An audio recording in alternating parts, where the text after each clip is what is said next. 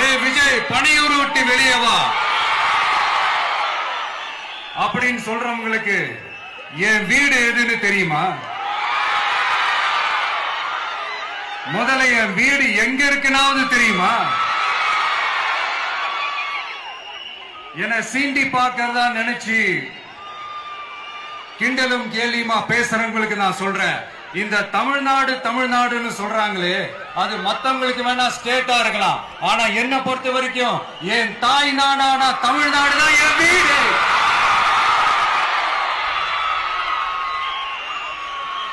என் வீட்டுல மொத்தம் எத்தனை பேர் இருக்காங்க தெரியுமா?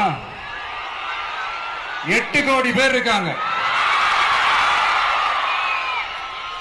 ஒட்டுமொத்த தமிழ்நாட்டு மக்களும் என் வீட்டு மக்கள், என் குடும்பம், என் உறவு, என் சொந்தம்.